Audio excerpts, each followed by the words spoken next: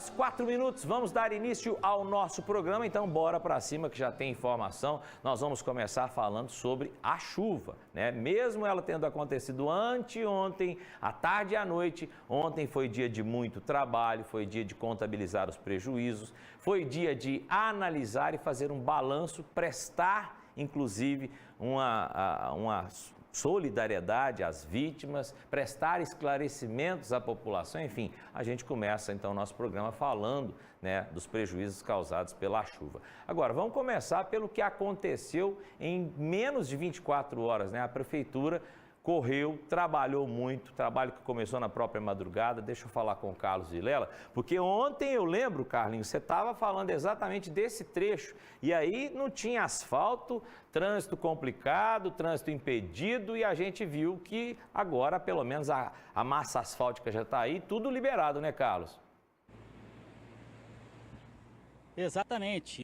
Dia também, como você disse, de arregaçar as mangas e trabalhar com rapidez. Nós estamos no mesmo ponto de ontem aqui na Avenida Rondon Pacheco, cruzamento com a Avenida Eduardo Felício, aqui no bairro Vigilato Pereira, onde ontem, o cenário era outro aqui, era só pedra, asfalto arrancado, lama.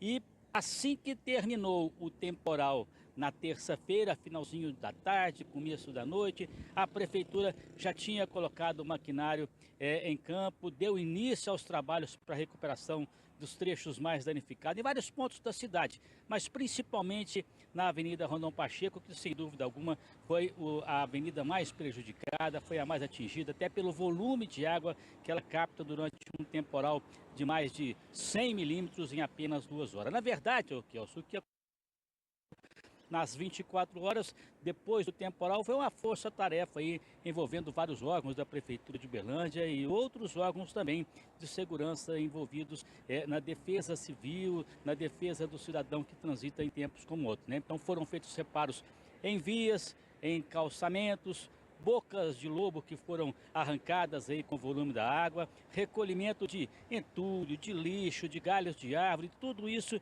em pontos diversos aqui da avenida. Só aqui na Avenida Rondon Pacheco foram mais de 24 horas de trabalho ininterruptas, né? A avenida teve trechos interditados, por exemplo, os trechos que foram mais danificados aí, aqui mesmo no cruzamento com a Eduardo Felício, um trecho que ficou isolado por conta do grande estrago que aconteceu, próximo também a Duque de Caxias até a Quintino Bocaiúva, a interdição foi total, sentido ascendente da via, ou seja, sentido BR-050, e árvores foram retiradas, uma árvore de médio porte foi suprimida, ou seja, foi cortada, ela que estava plantada no meio do canteiro central, as raízes já expostas, causando aí um risco, até porque debaixo do canteiro central tem,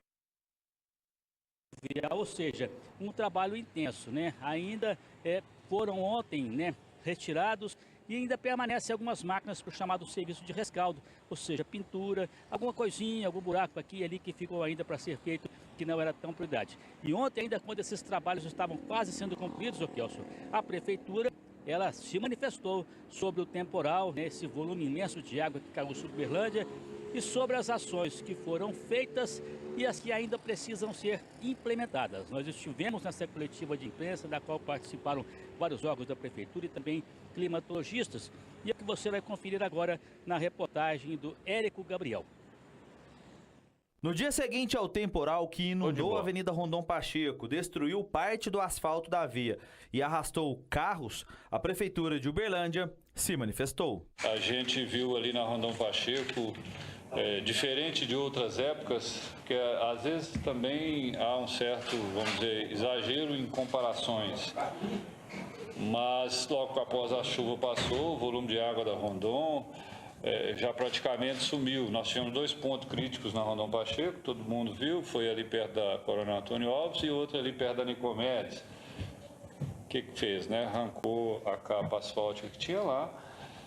Mas o mais lamentável de tudo que aconteceu na Rondon, se a gente observar, realmente foi a questão dos carros, né? Os carros realmente deu um volume de problema na Rondon sério.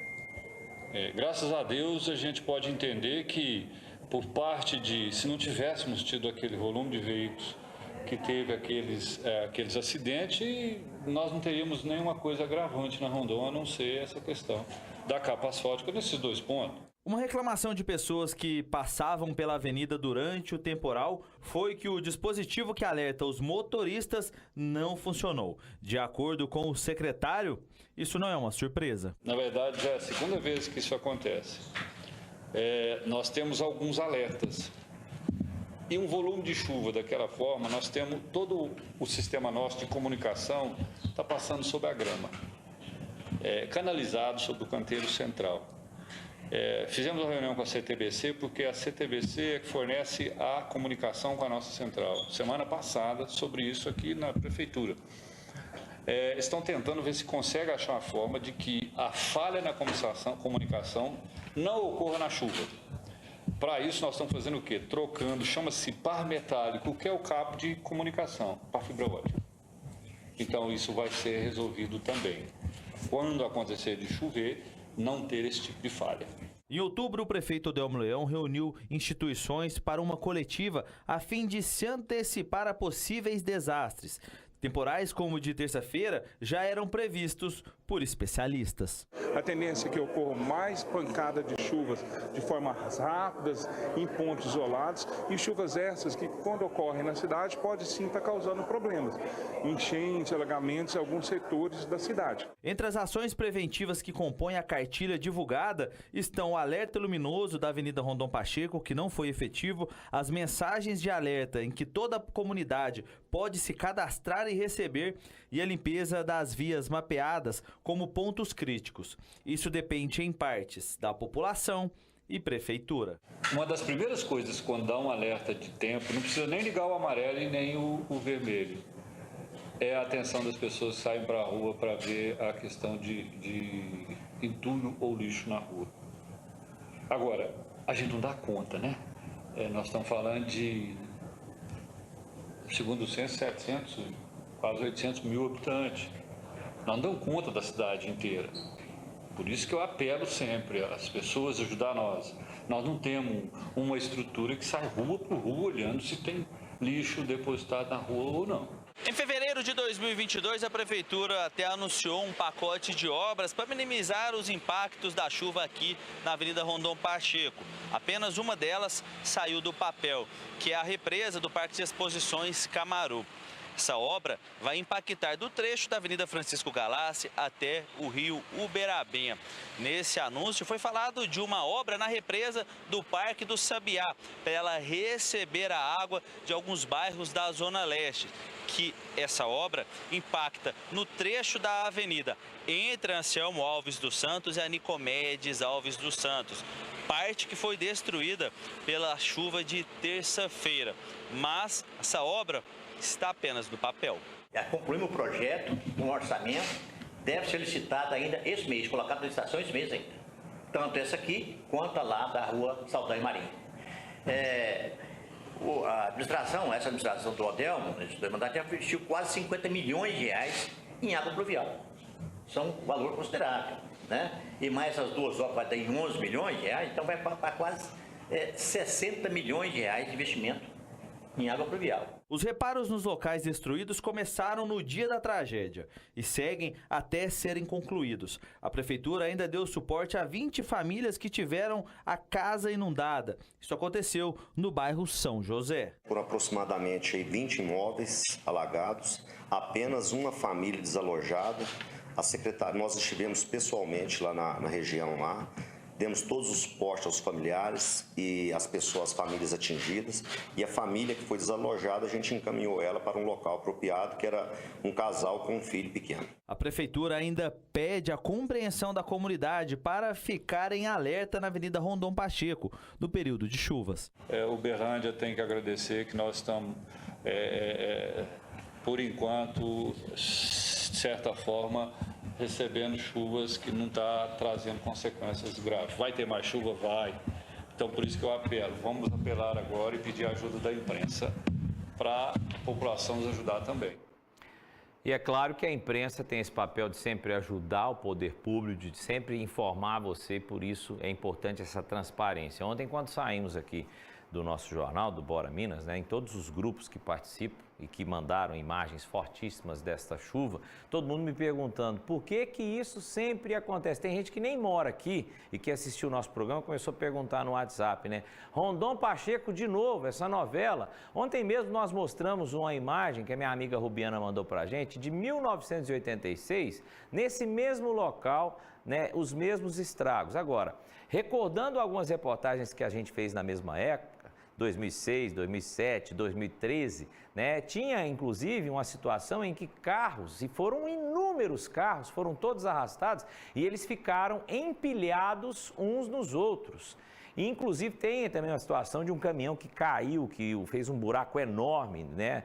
Nas proximidades ali, logo após o viaduto da Nicomedes. Não sei se vocês lembram dessa época, né? Me contaram, porque eu sou novo, não lembro. Mas enfim, era pior, realmente era muito pior, né? Agora, a prefeitura está fazendo os bolsões, são 4 bolsões, por enquanto parece que tem um pronto, os outros estão em fase de acabamento, precisa dar uma acelerada nisso aí, né? Eu sei que é complicado. E aí tem a explicação do próprio Divonei falando que a prefeitura não dá conta porque a cidade cresce, isso é talvez no passado precisava de um planejamento urbano que Uberlândia infelizmente não teve no passado.